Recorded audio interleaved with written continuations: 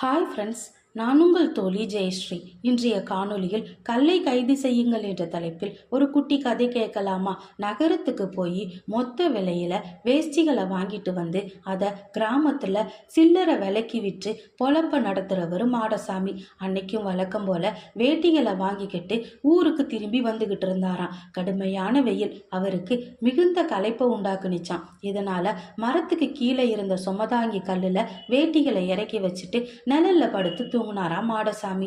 நல்லா தூங்கி எழுந்த மாடசாமிக்கு அதிர்ச்சி காத்துக்கிட்டு இருந்துச்சான். தூங்குறப்ப அவரோட வேட்டி மூட்டைய யாரோ திருடிக்கிட்டு போயிருந்தாங்களாம். மாடசாமி திருட்டு போன துணி மூட்டைய கண்டுபிடிச்சு தருமாறு மன்னன்ட்ட புகார் செஞ்சாராம். வழக்க விசாரிச்ச அரசர் வேட்டி மூட்டைய வச்சிருந்த சுமதாங்கி கல்ல கைது செஞ்சுக்கிட்டு வர உத்தரவிட்டாராம். சுமதாங்கி கல்ல கைது செய்ய போறாங்கங்கிற தகவல் காட்டு தீ போல சுத்து வட்டாரம் முழுசும் பரவணிச்சான். இந்த வினோத காட்சியை வேடிக்கை பார்க்க கிராமத்து மக்கள் திரண்டாங்களாம்.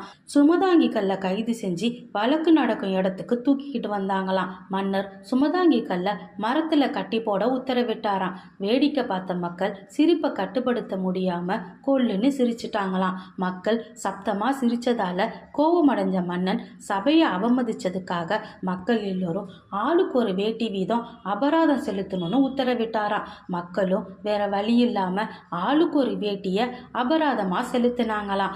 அபராத வேட்டி எல்லாத்தையும் வாங்கிய மன்னன் அதில் மாடசாமி தொலைச்ச வேட்டி இருக்குதான்னு பார்க்க சொன்னாராம். தொலைஞ்சு போன மூட்டையில் இருந்த வேட்டிகள்ல ஒண்ணு அதில் இருக்கிறத பார்த்தாராம் மாடசாமி. திருடிய வேட்டியை கொடுத்தவனை பிடிச்சு விசாரிச்சதுல திருட்ட ஒப்புத்துக்கிட்டானா. வேட்டிகளை திருப்பி கொடுத்துட்டானா. மன்னனோட வினோதமான முயற்சி மற்றும் புத்திசாலித்தனத்தை பார்த்த மாடசாமி நன்றி தெரிவிச்சானா. இந்த கதை பத்தின உங்களுடைய கருத்துக்களை கமெண்ட் பாக்ஸில் சொல்லுங்க. இந்த கதை உங்களுக்கு பிடிச்சிருந்துச்சுன்னா லைக் பண்ணுங்க, ஷேர் பண்ணுங்க, சப்ஸ்கிரைப் பண்ணுங்க. நன்றி நண்பர்களே.